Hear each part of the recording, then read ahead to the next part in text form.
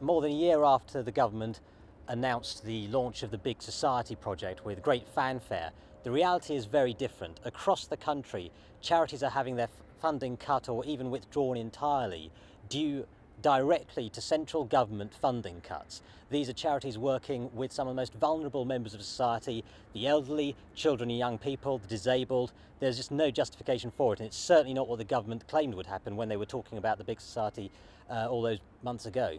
If you look at the research that's coming out from the voluntary sector itself, a couple of weeks ago the London Voluntary Sector Council published a report showing that 51% of charities that responded to its survey were having to close down services as a result of funding cuts. That's an extraordinary figure. So it's not just that these funding cuts are taking place, they are having an impact. And these really are frontline charities. We're talking about rape crisis centres, we're talking about adult care homes, we're talking about services for homeless people, and more than anything, we're talking about services for children and young people. These are charities that work with perhaps children who are at risk of slipping into antisocial behaviour or criminal offences, criminal activity even. The reason why the public sector was funding these charities was to carry out frontline public services. Now, if the funding for frontline public services goes, then obviously those services themselves and the delivery of those services is threatened. And if that's threatened, then those who rely on those services are also threatened. They're also at risk.